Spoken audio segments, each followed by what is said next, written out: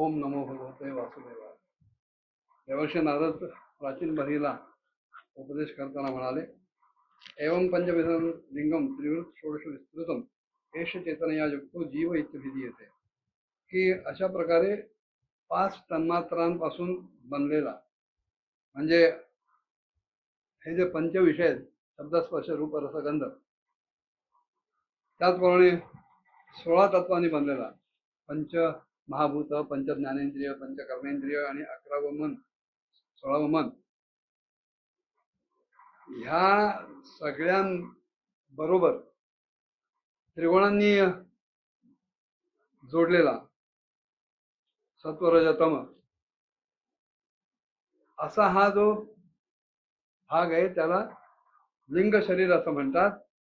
आणि हे लिंग शरीर जेव्हा चेतना शक्तीने युक्त होतं तेव्हा त्याला जीव असं म्हटलं जातं.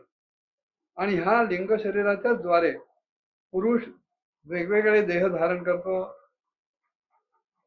त्या देहातले भोग संपले की ते देह सोडून देतो आणि त्या देहात राहून सुद्धा हर्ष, शोक, भय, दुःख, सुख इत्यादी सगळ्या गोष्टींचा तो अनुभव घेतो. अनेन पुरुषो देहान उपादत्ते विमुंचती हर्षण शोकम भयम दुःखम सुखं चानेन विंदती.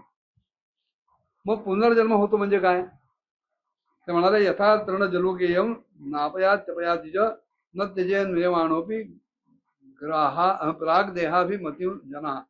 की ज्याप्रमाणे एखादी जळू किंवा एखादी परणाळी पानावरची अळी ज्याप्रमाणे जोपर्यंत दुसरा पानाचा आधार घेतल्याशिवाय अलीकडच्या पानाचा आधार सोडत नाही, गवतावर किंवा तृणपात्यावर असलेली अळी पुढच्या 2 पायांनी आधी पुढचा भाग धरून ठेवते आणि मग मागचे पाय सोडून तो खालचा भाग सोडून देते.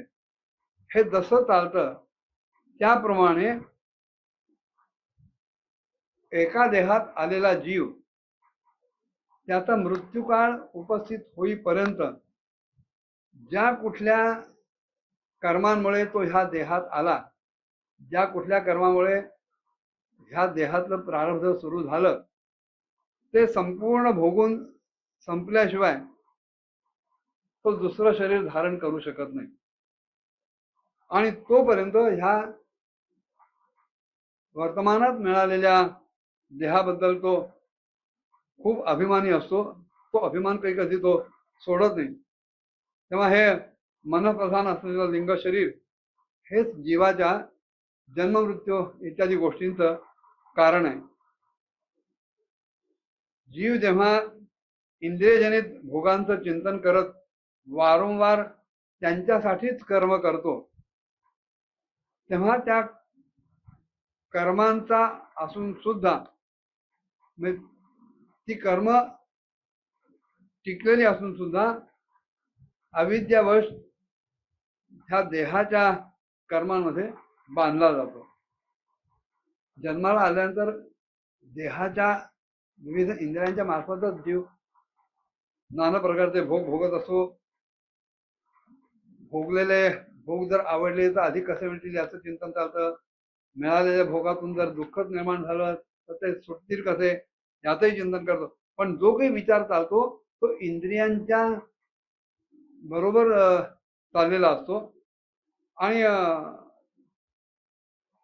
दुःख टाळण्यासाठी किंवा सुख प्राप्तीसाठी तो अनेक प्रकारे जी काही कर्म करतो ती कर्म असतानाच त्या कर्मांच्या बंधनात हा जीव अडकतो. आणि म्हणून कर्मबंधनांपासून जर मुक्ती मिळवायची असेल तर संपूर्ण विश्वाला भगवत रूपातच पाहणं हा एवढा एकच उपाय आहे. अतस्तत तद्वादार्थम भज सर्वात्मना हरिम पशु सदात्मकम विश्वम स्थित्युत्पत्त्यप्यया यतः. तेव्हा जन्ममरणाच्या परंपरेतून जर बाहेर पडायचं असेल, मोक्ष मिळवायचा असेल तर दिसणाऱ्या भासणाऱ्या अनुभवाला येणाऱ्या प्रत्येक कणामध्ये, प्रत्येक पदार्थामध्ये, प्रत्येक वस्तूमध्ये, प्रत्येक स्थितीमध्ये, प्रत्येक मनुष्य मात्रामध्ये, जीवामध्ये भगवंतच ठासून भरलेला आहे. ते सगळं भगवत रूपच आहे. अशा प्रकारे चित्ताची स्थिती करून अखंड काळ भगवंताचं भजन करायला पाहिजे आणि मग त्याच्यातूनच या विश्वाची उत्पत्ती आणि स्थिती यांचं ज्ञान होत त्याच्यातच विश्व कसं मावळतं आणि आपली जन्म मरण परंपरा कशी सुटते हे त्या जीवाला कळेल. मैत्रेय विदुरांना सांगतायत की भागवत मुख्य भगवान नारद हंसयोर गतीम प्रदर्श यमुमा मंत्र्य सिद्ध लोकम तत्व गमत. विदुरजी भक्तश्रेष्ठाच्या देवशी नारदांनी राजा प्राचीन बहिणीला जीव आणि ईश्वर यांच्या स्वरूपाचं दिग्दर्शन केलं आणि नंतर ते त्याचा निरोप घेऊन सिद्ध लोकात निघून गेले. आणि तेव्हा राजर्षी प्राचीन बर्ही सुद्धा प्रजापालनाचं आपलं कर्तव्य आपला भार हा आपल्या पुत्रांवर सोपून तपस्या करण्यासाठी कपिलाश्रमाकडे निघून गेला. तिथे त्यानं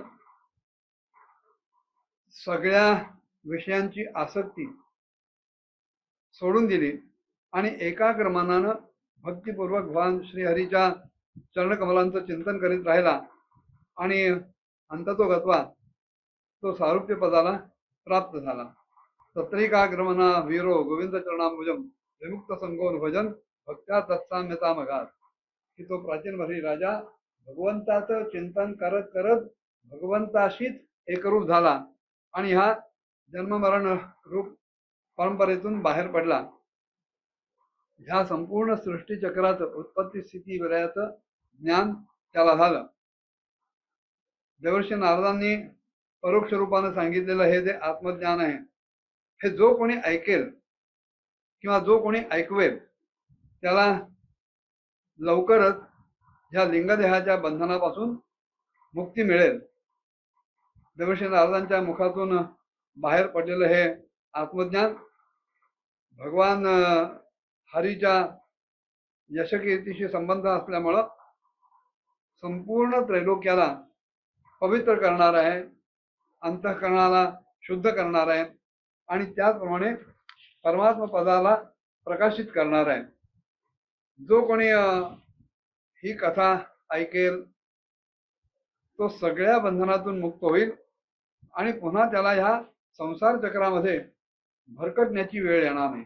एतन मुकुंद यशसा भुवनं पुनानं देवर्षिवरे मुखनिस्तमात्म शौचम यः कीर्तिमानम अधिगच्छति पारमेश्यम नास्मिन भवे भ्रमति मुक्त समस्त बंधा.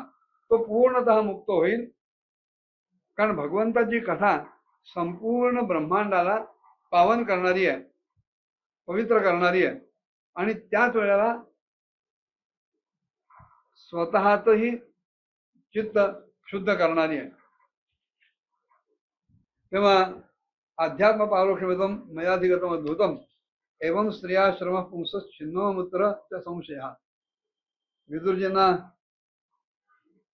मैत्रेय सांगतायत की गृहस्थाश्रमी पुरुंजनाच्या रूपकाद्वारे परोक्ष रूपानं सांगितलेलं हे अद्भुत असं आत्मज्ञान मी माझ्या सद्गुरूंच्या कृपेने प्राप्त केलं आणि याचं तात्पर्य ज्याला कोणाला समजलं, ज्याने कोणी ते समजून घेतलं त्या बुद्धियुक्त अशा जीवाचा देहाभिमान तात्काळ निवृत्त होतो आणि परलोकात सुद्धा जीव कशा प्रकारे कर्मांची फळं भोगतो हा जो पूर्वी संशय व्यक्त केला होता त्या संशयाचंही निराकरण होतं.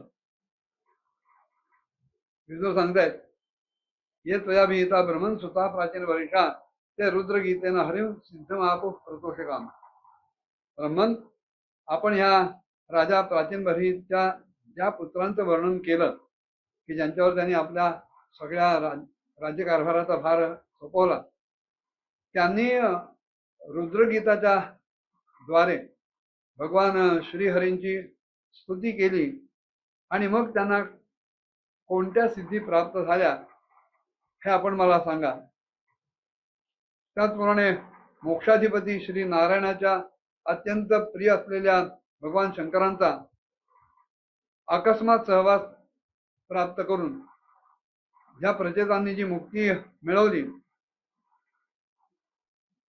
त्याच्या आधी ह्या लोकामध्ये अथवा परलोकामध्ये त्यांनी काय काय मिळवलं हे सुद्धा सांगण्याची आपण मला कृपा करावी अशी विदुरांनी मैत्रेयांना विनंती केली.